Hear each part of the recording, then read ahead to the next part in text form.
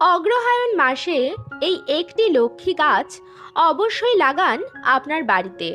মা লক্ষ্মীর কৃপায় ধন সম্পত্তি উপচে পড়বে, ঘরের সমস্ত বাস্তু দোষ দূর হবে। চলছে অগ্রহায়ণ মাস। বছরের 12টি মাসের মধ্যে এই অগ্রহায়ণ মাসটি মা লক্ষ্মীর অত্যন্ত প্রিয় মাস। এই মাসটিকে লক্ষ্মী মাসও বলা হয়ে থাকে। গৃহস্থ বাড়িতে এই অগ্রহায়ণ মাসে মা লক্ষ্মীর কৃপা এবং আশীর্বাদ খুব সহজেই লাভ করা যায়। মা লক্ষ্মীর অত্যন্ত প্রিয় কিছু গাছ আছে। সেই গাছগুলির মধ্যে একটি গাছও যদি এই বিশেষ মাসটিতে নিজের বাড়িতেই লাগাতে পারেন বন্ধুরা, তাহলে মা লক্ষ্মীর কৃপায় আপনার পরিবারের সুখ, শান্তি এবং সমৃদ্ধি উপচে পড়বে। আজকের ভিডিওটিতে আমি আপনাদের সঙ্গে শেয়ার করব মা লক্ষ্মীর অত্যন্ত প্রিয় কিছু গাছ। সেই গাছগুলি যদি গৃহস্থ বাড়িতে লাগানো হয় তাহলে ঘরের বাস্তু দোষও প্রতিকার হয়, আর তার সাথে সাথে মা লক্ষ্মীও ঘরে চিরস্থায়ী হয়। আমি এখানে কিছু গাছের উল্লেখ করে দেব। চেষ্টা করবেন অন্ততপক্ষে একটি গাছও আপনার বাড়িতে লাগাতে। বন্ধুরা, অগ্রহায়ণ মাসটির আবিধানিক অর্থ হল বছরের যে সময় শ্রেষ্ঠ বৃহি অর্থাৎ ধান উৎপন্ন হতো। অতীতে এই সময়ে প্রচুর ধান উৎপাদিত হতো বলে এই মাসটিকেই বছরের প্রথম মাস ধরা হতো। বাঙালি হিন্দু সমাজের বিশ্বাস অনুযায়ী অগ্রহায়ণ মাস বিবাহের পক্ষেও বিশেষ শুভ মাস। পশ্চিমবঙ্গে এই মাসেই নবান্ন উৎসব ও লক্ষ্মী পুজোর বিশেষ আয়োজনও করা হয়ে থাকে। আমাদের সনাতন ধর্ম একটি উদার ধর্ম।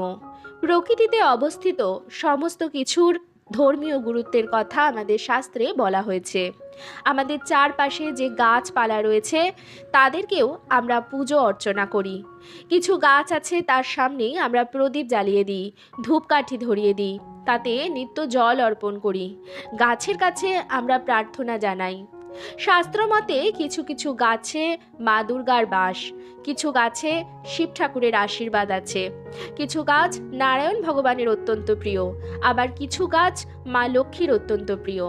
কিছু গাছ ঘরের বাস্তুর জন্য অত্যন্ত শুভ এবং ফলপ্রদায়ী, আবার কিছু কিছু গাছ বাড়ির ত্রিসীমানায় লাগানো ভালো নয়। বন্ধুরা, নানা রকম গাছের মধ্যে কিছু বিশেষ গাছ আছে যেগুলি মা লক্ষ্মীর অত্যন্ত প্রিয়। শুধু প্রিয় বললে ভুল হবে বন্ধুরা, এই গাছগুলিকে বলা হয় লক্ষ্মী গাছ। আজকের ভিডিওটিতে সেরকমই কিছু লক্ষ্মী গাছ সম্বন্ধে কথা বলবো। যদি আপনার বাড়িতে সেই গাছগুলি আগের থেকেই লাগানো থাকে তাহলে আপনি অত্যন্ত ভাগ্যশালী। তবে শুধু গাছ লাগালেই হলো না বন্ধুরা, লাগাতে হবে সঠিক দিকে। যদি সঠিক দিকে সেই গাছগুলি লাগানো না হয় তাহলে হিতে বিপরীত ফলও কিন্তু হতে পারে। যাই হোক বন্ধুরা, আসা যাক মূল পর্বে। তবে মূল পর্বে প্রবেশ করবার পূর্বে আপনাদের সবাইকে অনুরোধ জানাবো যে ভিডিওটি সম্পূর্ণরূপে দেখবেন, স্কিপ করে করে দেখবেন না, তাহলে প্রচুর জরুরি ইনফরমেশন বাদ পড়ে যেতে পারে। ভিডিওটি দেখার পর যদি ভালো লাগে তাহলে অবশ্যই কিন্তু একটি লাইক করবেন, কমেন্টসে লিখবেন জয় মা লক্ষ্মীর জয়, এবং বন্ধুরা ভিডিওটি শেয়ার করবেন আপনাদের নিকট আত্মীয় স্বজন এবং বন্ধু বান্ধবদের সাথে, যাতে সবাই এই ভিডিওটি থেকে উপকৃত হন। আমি আমার চ্যানেলে সাধারণত পুজো পাঠ, তত্ত্বকথা, বাস্তু টিপস এবং নানা প্রকার উপায় বিধির ওপর ভিডিও বানিয়ে থাকি। চ্যানেলটি আপনার কাছে নতুন হলে সাবস্ক্রাইব করে রাখার অনুরোধ জানালাম। প্রথম যে গাছটি অগ্রহায়ণ মাসে অবশ্যই বাড়িতে লাগাবেন বন্ধুরা, সেটি হচ্ছে ধান গাছ। শুনতে অবাক লাগলেও কথাটি কিন্তু একেবারেই খাঁটি। বাড়িতে ধান গাছ রাখলে সেই বাড়ির থেকে মা লক্ষ্মীর কৃপা কখনো সরে যায় না। এখন প্রশ্ন হচ্ছে, ধান গাছ তো জমিতে হয়, তাহলে বাড়িতে কিভাবে হবে? বাড়ির ছোট কিছুটা অংশে বা একটু বড় মাপের টবে সামান্য ধান গাছ বসানো যেতে পারে। তবে মনে রাখতে হবে বন্ধুরা, যে জায়গায় আবর্জনা ফেলা হয় এরকম কোনো জায়গায় আপনারা ধান গাছ লাগাবেন না। আপনারা স্বতন্ত্র একটি পরিষ্কার নতুন টবে সামান্য পরিমাণে ধান গাছ লাগাতে পারেন। বন্ধুরা, ধানকে মা লক্ষ্মীর প্রতীক বলা হয়। আর কোনো শস্য নয়, ধানের সাথে মা লক্ষ্মীর তুলনা করা হয়। বলা হয় যে মা লক্ষ্মীর বাস হচ্ছে ধানের জায়গায়। বন্ধুরা, মা লক্ষ্মীর হাতে থাকে ধানের সরা। মা লক্ষ্মীর মঙ্গল ঘট স্থাপন করতে লাগে ধান। বুঝতেই পারছেন বন্ধুরা, ধান মা লক্ষ্মীর সঙ্গে অঙ্গাঙ্গিভাবে যুক্ত। তাই ধান গাছ বাড়িতে লাগানোর চেষ্টা অবশ্যই করতে পারেন। আপনি যদি ফ্ল্যাটে থাকেন তাহলেও কোনো অসুবিধা নেই বন্ধুরা। বাড়ির পূর্ব দিকে একটি পরিষ্কার নতুন টবে সামান্য পরিমাণ ধান গাছ লাগাতেই পারেন, কিন্তু সেটি পরিচর্যা করবেন, প্রতিদিন তাতে জল দেবেন এবং প্রতিদিন তার কাছে নিজের মনোবাসনা জানাবেন। দ্বিতীয় যে গাছটি বাড়িতে লাগানো অত্যন্ত শুভ সেটি হচ্ছে নারকেল গাছ। নারকেল গাছ বাড়িতে রাখা খুব শুভ লক্ষণ বলে মনে করা হয়। ডাব বা নারকেল আমাদের প্রায় সব পুজোতেই ব্যবহার করা হয়। নারকেল এমন একটি ফল যার প্রত্যেক কটি অংশ আমাদের পুজোর কাজে ব্যবহার করা হয়। ডাবের জল পুজোর কাজে ব্যবহার করা হয়, নারকেল পুজোর কাজে ব্যবহার করা হয়, এমনকি নারকেলের যে খোসাটি সেটিও আমরা ধুনো জ্বালানোর সময় ব্যবহার করি, যেটিকে আমরা ছোবড়া বলে থাকি। এই ডাব বা নারকেল গাছ বাড়িতে থাকলে মা লক্ষ্মীর কৃপায় ঘরে ধন সম্পদ ভরে থাকে। শুধু তাই নয়, ভগবান শ্রী নারায়ণের পুজো নারকেল ছাড়া অসম্পূর্ণ ধরা হয়।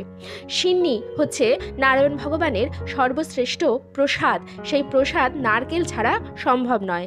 তাই নারকেল গাছকে শ্রীফলও বলা হয়। এই ফল বাড়িতে, যে বাড়ির উঠোনে এই ফল পড়ে সেই বাড়ির উঠোন কিন্তু ধন্য হয়ে যায়। তাই বন্ধুরা, বাড়িতে যদি নারকেল গাছ না থাকে অবশ্যই আজই লাগান একটি নারকেল গাছ। তৃতীয় যে গাছটিকে লক্ষ্মী গাছ বলা হয় সেটি হচ্ছে পদ্ম গাছ। বাড়িতে ছোট জলাশয় তৈরি করে পদ্ম গাছ লাগানো অত্যন্ত শুভ বলে মনে করা হয়। এটি মা লক্ষ্মীর অত্যন্ত প্রিয় গাছ। মা লক্ষ্মী পদ্ম ফুলের ওপর আসীন থাকেন। মা লক্ষ্মীর একটি রূপ আছে যেটিকে বলা হয় ধনলক্ষ্মী। সেই ধনলক্ষ্মীর দুই হাতে দুটি পদ্ম ফুল থাকে। বন্ধুরা, এই পদ্ম ফুল ছাড়া মা লক্ষ্মীর পুজো অসম্পূর্ণ ধরা হয়। শুধু মা লক্ষ্মীর কেন, প্রচুর দেবী এবং দেবতাদের অত্যন্ত প্রিয় ফুল এবং পছন্দের ফুল হচ্ছে পদ্ম ফুল। বন্ধুরা, ছোট বা বড় একটি জলাশয় বানিয়ে যদি আপনারা বাড়িতে পদ্ম ফুল লাগাতে পারেন এবং সেই গাছে যদি পদ্ম ফুল হয় তাহলে মনে করবেন যে আপনার বাড়ির সমস্ত বাস্তু দোষ কেটে গেছে। আমি অনেকেই দেখেছি যে ছাদে বড় গামলার মধ্যে করে জলাশয় মতো বানিয়ে তারা পদ্ম ফুল বাড়িতে ফোটানোর চেষ্টা করেন। এটি কিন্তু অত্যন্ত ভালো। যদি পদ্ম গাছ লাগানো বাড়িতে সম্ভব না হয় তাহলে পদ্ম ফুলও বাড়িতে আনতে পারেন, এটিও কিন্তু মা লক্ষ্মীর প্রতীক।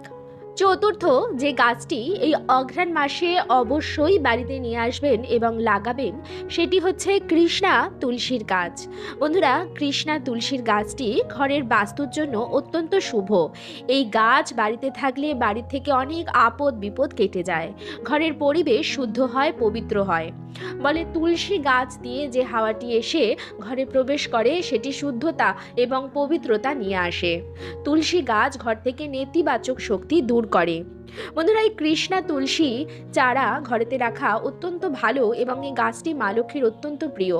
ভগবান শ্রী নারায়ণের পুজো তুলসী গাছ ছাড়া অসম্পূর্ণ। তুলসী পাতা ছাড়া নারায়ণ ভগবানের পুজো হয় না। তুলসী গাছে প্রতিদিন যে গৃহস্থ বাড়িতে জল দেয়া হয় সেই বাড়িতে সুখ থাকে, শান্তি থাকে।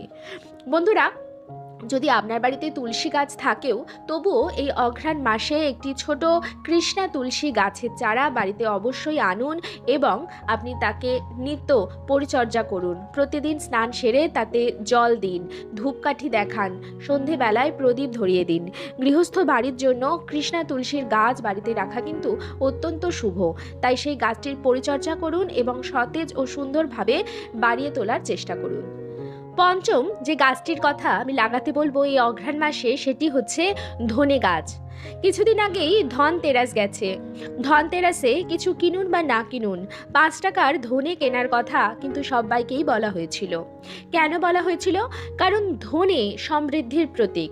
ধনে বীজ যদি আপনি কোথাও ছড়িয়ে দেন তাহলে সেখান থেকে ধনে গাছ তৈরি হয়ে যায় এবং সেটি খুব সুন্দরভাবে বাড়ে, অর্থাৎ এটি বৃদ্ধি হয় খুব তাড়াতাড়ি। তাই ধনেকে মা লক্ষ্মীর সামনে নিবেদন করা হয় ধনতেরাসের দিন সন্ধেবেলা।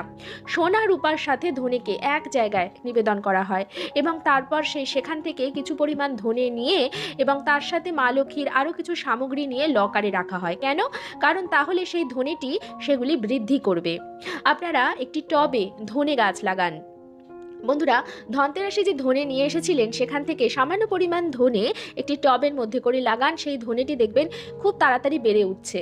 কোনো বাড়ির সুখ, শান্তি, সমৃদ্ধি সমস্ত কিছু যে বৃদ্ধি হচ্ছে, সেই বৃদ্ধির প্রতীক হচ্ছে ধনে। ধনে যদি খুব সুন্দরভাবে বেড়ে ওঠে তাহলে বুঝবেন যে আপনার বাড়িতে কোনো রকম নেগেটিভ এনার্জি নেই এবং কারোর খারাপ নজর আপনার ওপর নেই। সেই জন্যই ধনে গাছটি খুব সুন্দরভাবে বাড়ছে। কিন্তু যদি ধনে গাছ খুব ভালোভাবে না বাড়ে বা যদি না হয় তাহলে বুঝবেন যে আপনার বাড়ির ওপর কারোর কুদৃষ্টি বা কুপ্রভাব আছে, বা ঘরের পজিটিভিটি হয়তো একটু কম আছে, নেতিবাচকতা হয়তো একটু বেড়ে গেছে। সেই জন্যই হচ্ছে না। এটা কিন্তু খুব পরীক্ষিত একটি টোটকা, এটি করেও আপনারা দেখতে পারেন। আর বন্ধুরা, এই যে কটি গাছ আমি বলে দিলাম তার মধ্যে থেকে সবকটি না হলেও অন্ততপক্ষে একটি গাছ এই পবিত্র অঘ্রাণ মাসে বাড়িতে অবশ্যই নিয়ে আসুন এবং লাগান। আজকের পর্বটি এখানেই শেষ করছি। আশা করছি আজকের ভিডিওটি আপনাদের ভালো লাগলো এবং একটু হলেও উপকারে লাগলো। ভিডিওটি ভালো লাগলে অবশ্যই কিন্তু লাইক, কমেন্টস এবং শেয়ার করুন বন্ধুরা। আর যদি চ্যানেলে নতুন হন তাহলে অবশ্যই চ্যানেলটিকে সাবস্ক্রাইব করে আমার সাথে থাকবেন।